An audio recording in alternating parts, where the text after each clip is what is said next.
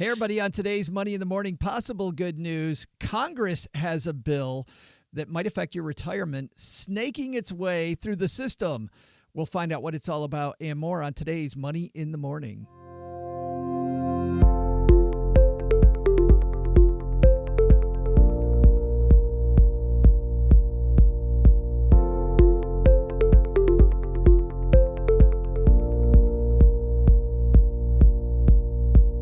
Welcome to Money in the Morning, everybody. I'm Joe Saul-Sehy from Stacky Benjamins, live from Detroit, Michigan. And I'm Bobbi Rebel from the Financial Grown Up Podcast, coming to you from my very grown-up kitchen in New York City. And today we are talking about a headline ripped from the financial press. We do this every time we do a Money in the Morning episode, and today's no exception. Not only are we going to read the headline and a part of the actual article, we're actually going to talk about what it means for your wallet. That's what we do here at Money in the Morning. Money in the Morning is brought to you by Tiller. Manage your money 10 times faster in a spreadsheet with Tiller, the only service that connects your banks to Google Sheets and Excel with your daily spending, transactions, and balances. Go to stackingbenjamins.com/Tiller for more info. We got a great show today, Laura. Laura's coming up soon, but I'm here now. My name is Bobbi. That's so great. That's so awesome. Laura's waiting for her big moment. The accent. I know, right? Let's get her on, and then it'll get back to Bobbi and I. Good morning. You supply the coffee. We'll bring the headlines. Here they come. And apparently I need more coffee. Thank you, Laura. Back to Bobbi and I. This piece comes to us from CNBC and is written by Elam Mui. House committee passes a bill to upgrade 401k plans amid retirement income crisis. How neat is this? Maybe having some legislation that has a shot of passing in Congress right now to change the way that we save for retirement. The most comprehensive changes to private retirement plans, this piece says, in more than a decade are gaining momentum in Congress. A key House committee on Tuesday unanimously passed a bill. How long has it been since the Congress has unanimously done anything? Unanimously passed a bill intended to increase the flexibility of 401k retirement plans and improve access to the accounts, particularly for small businesses and their employees. The proposal, known as the Secure Act, was backed by the top Democrat and Republican in the Tax Writing Ways and Means Committee. The bill includes a host of provisions aimed at encouraging small businesses to provide private retirement benefits to their workers. It allows them to band together to offer 401ks and creates a new tax credit of up to $500 for companies that set up plans with automatic enrollment. Third, businesses with long-term part-time workers must allow them to become eligible for retirement benefits. Several measures that would affect other types of savings are included in the bill. It repeals the maximum age for IRA contributions and raises the age for required mandatory distributions from 70.5 to 72. It also expands the use of 529 college savings plans from only college-related expenses to include homeschools and student loans. This is a quote from Richard Neal, Democrat from Massachusetts. He says, Americans currently face retirement income crisis with too many people in danger of not having enough in retirement to maintain their standard of living and avoid sliding into poverty. The bill is one of few proposals with a significant chance of becoming law amid a bitterly divided Congress. Elements of the bill have been debated among members for years and enjoy wide support among both industry groups and advocacy organizations. There are some pieces, and I'm just going to stop there because I want you and I, Bobbi, and maybe the people watching to dig into this a little bit, because I think that we should break down what this talks about. But there's some other pieces that aren't included specifically in this, which is one kind of debated provision that I've been reading about elsewhere is on your 401k statement, it will be required of the provider to tell you if you put this money into an annuity and changed it into a pension, how much money this will give you per month. And people who are not in the annuity industry are saying that's horrible because it's free publicity for annuities. I'm not in the annuity industry, but I think that too few people think about how much money this really translates to. Like, we think $1 million is a ton of money. And don't get me wrong, $1 million is a nice sum of money. But if you're trying to stay retired for 40 years, That's not a lifestyle of rich and famous. That's a $40,000 a year lifestyle in today's dollars. Yeah. So not a ton there.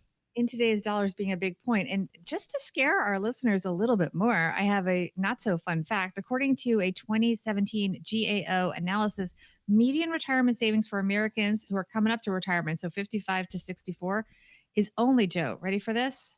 $107,000. Yeah. And that translates, because we're going to talk about the annuity, right? That translates into a $310 monthly payment if it was invested in an inflation protected annuity. That's a really harsh number. So that's actually the reality. Your $1 million is actually not what most people have. And of course, you can have subsidies. You might have Social Security. You might be working part-time. You might lower your costs while you're retired. But that's a really scary number, I think. And it's so, sometimes we need to be scared. I know Susie Orman, I'm about to quote. Susie says something that I completely agree with, which is if you think you can't save for retirement today, no matter what age you are, just project yourself as age 60 and you've done nothing and think about how you're going to feel then. So at the very least, make that feeling a little easier when you're older. This is a little gimmicky, but there's actually an app, and I forget the name of it, but Ryan Serhant from this reality show, $1 Million Listing in New York, talked about it on my Financial Grown Up podcast. So he looks, whenever he needs to motivate to save money or to make money, it creates a picture of you as an older person. Maybe one of our listeners know what this app is, but it basically projects what you will look like. It takes a picture of you and makes you your older version of you, what you will look like when you were retired. And studies show that seeing you as an older person, seeing yourself, can actually have positive motivational impacts on how you save and what you and getting you inspired to be more proactive about putting money away, because it becomes a lot more real. Even though, it's gimmicky, it works apparently. No, it totally does. When I was a financial planner, sometimes, especially with people that procrastinate a lot, I would just take out my phone or my calculator. I would do the math on how much money they hadn't made yet. And I'd say, listen, you thought about this for 6 months. You're telling me you're going to think about it for another 6 months. We already lost $7,000. How you want to make it 14,000 we lose? That's fine. That's pure. And once you gave people the number, all of a sudden it got more real. So sometimes scaring yourself isn't as bad as, as we make it out to be. I want to point out one other thing in this that I think people don't think about, and that is that they're as we all statistically live longer, which is a good thing, they change something that people don't really think about because we focus so much on putting money in. We don't think about the financial impact of taking money out, because when you take money out, assuming no penalty, you are paying taxes on that. So you actually need to be strategic about your exit strategy from these retirement vehicles as well. And to some degree, if you can afford to, you want to keep your money in there for all the obvious reasons. It's still compounding. You don't turn 70 and a half and stop earning all of the good things that you've been earning. You want to be able to have the option at least to put it in there. So to keep it in there. So the penalty so they're raising the age to 72 from 70 and a half. And the way that's calculated is, you have to, I think it's the year after you're 70 and a half. But anyway, right now, you may not realize the penalty for missing mandatory withdrawal is 50% of the amount that should have been withdrawn. So that's a really hefty penalty. 50, yes. So that move is going to impact a lot of people for good. You could always take it out at as early as 59 and a half. That's not changing. But to be able, or we don't think it's going to change, but to be able to have more flexibility is always a good thing. We're running out of time, and I really want to dig into these just a little bit. But before we do that, Gregory, by the way, we do these live in front of a Facebook audience. So we haven't taken any questions yet, and we're just moving. We've got a very dense show today.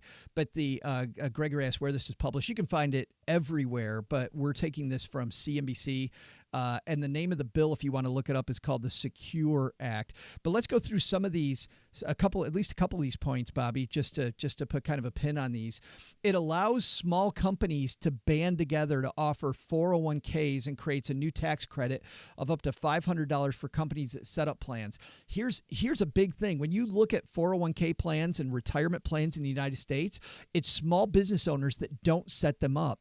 And the reason is because it's very expensive. With all of the record keeping they have to do, it's incredibly incredibly expensive for them to set up plans, so a lot of them don't do it. So by giving them a carrot of up to $500 as a tax credit to do it, and letting them band together with other small business owners so they don't have to do all the paperwork themselves and they don't have to shoulder all the load themselves, it's going to become a lot cheaper for them to do it.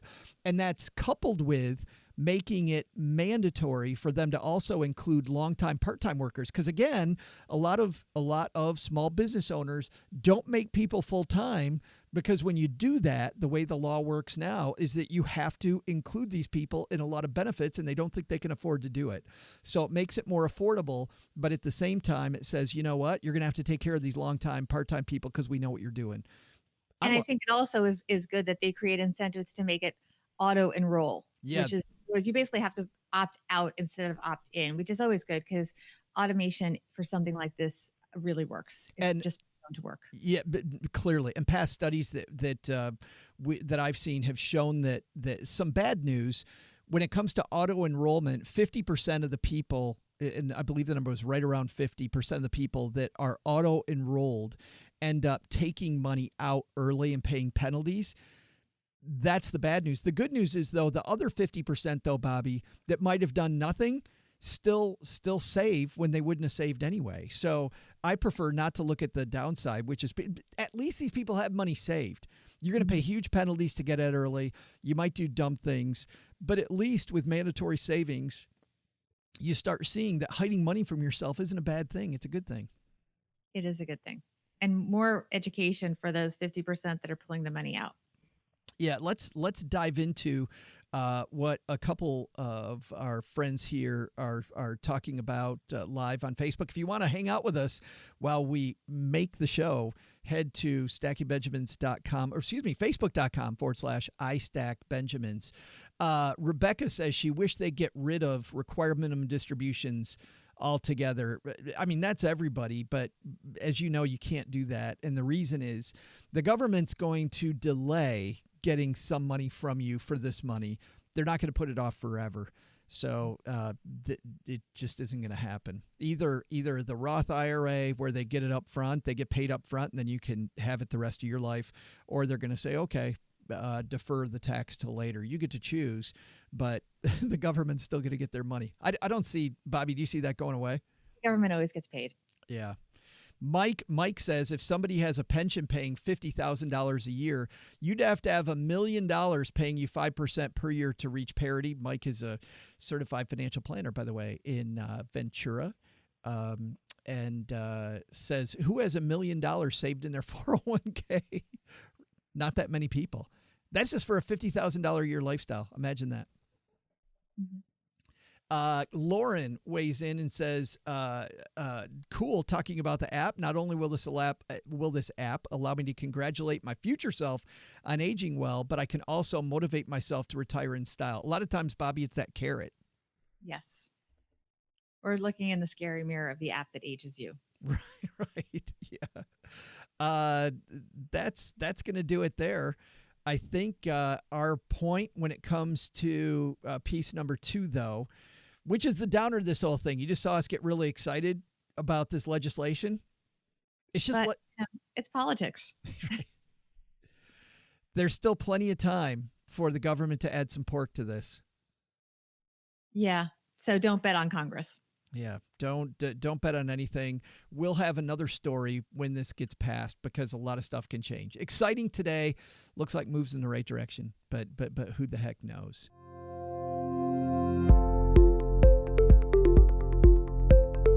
This show is created by Joe Saul-Sehy, hosted and produced by Bobbi Rebell and Joe Saul-Sehy, is engineered by Caden Thompson, and all put together by a pack of well-trained ferrets down here in Joe's mom's basement. You'll find Bobbi at the Financial Grown-Up Podcast and Joe at the Stacking Benjamin Show. Go say hi to them there, too. Online, visit us on Twitter at Average Joe Money and at Bobbi Rebell, or come join a live recording at our Facebook page. That's facebook.com/istackbenjamins. I know you already know this too, but Money in the Morning is for entertainment purposes only. You should not act on anything recommended by a bunch of entertainers in a basement or even a Manhattan kitchen without first consulting your financial advisor. And second, dude, have your head examined. Have headlines you'd like us to discuss? Send them to joe@stackingbenjamins.com or put them on our Stacking Benjamins closed Facebook group. This show is a collaboration of Stacking Benjamins LLC and BRK Media LLC. Copyright 2019. All rights reserved. I'm Joe's mom's neighbor Doug, and I reserve the right to always say, we'll see you next time back here on Money in the Morning.